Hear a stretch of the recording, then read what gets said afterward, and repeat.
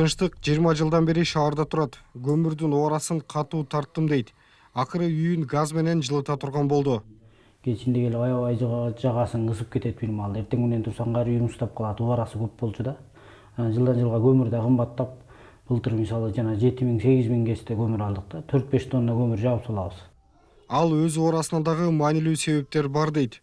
От жакканда аба эле булганбай, жер кыртышынан бери булганарын айтып кейди. Газ плитаны алганда, мисалы жана турбаларын алганда, услугасына кичине мамлекет субсидия кылып бере турган болсо, именно газ үчүн бир арзан кредиттерди бере турган болсо, же мамлекет бир атайын бир социалдык магазиндерди уюштуруп, мына ушул жерден арзаныраак баада ушу котельный мештерди аласыңар, батареяларды аласыңар деген бир уступкага барып берсе, өкмөт элге жардам берсе, эл жапырт эле коет эле да. Түтүндөн да арылабыз, гүлдөн да арылабыз. Мисалы мына Таштанды Челекке барам мен. Түнү менен жаккан күлүн эртең менен эрте ып-ысык бойдон алып барып Таштанды Челекке таштап, Таштанды Челекте канча өрт чыгат. Кыштыгычтай биздин тазалык кызматкерлери ушу элдин күлүн ташып чыгат да. Деген менен баары эле тынчтык сыяктуу газ коштура албай келет. Себеби туташтырууда пандемияга чейинки баа менен азыркы баада бир топ эле айырма бар. Карантинге чейинки баалар арзан болчу, батарейкалар 350 сомдон кымбатын алчубуз. Азыр болсо 550 сомдон алып атабыз. Эң кымбатын. Частный үйгө. Этажкага болсо высокий давленияга биметалл коюлат. Газды коштурууда керектелчү түтүк менен мештин баасы жана орноткондордун акысы негизги чыгым.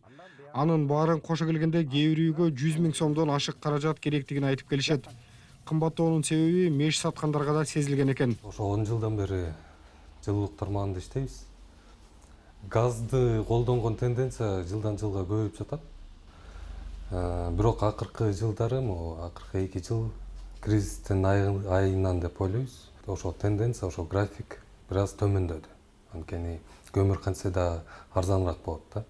Настенный котелдорду прилагать этебиз. Булардын артыкчылыгы абага болгон зыяндыгы аз. Анткени бунун КПД деген значениясы бар. Булардыкы 89-тан 92%ке чейин болот да. Бул эмнени түшүндүрөт? Бул 92% газдын баарын күйгүзүп берет дегенди түшүндүрөт. Газ кымбат деген менен Бишкек үчүн таза аба андан да кымбат болуп турган кез. Аба мындан дагы кирдей берсе, кесепети канчалык оор болорун тагайтуу кыйын.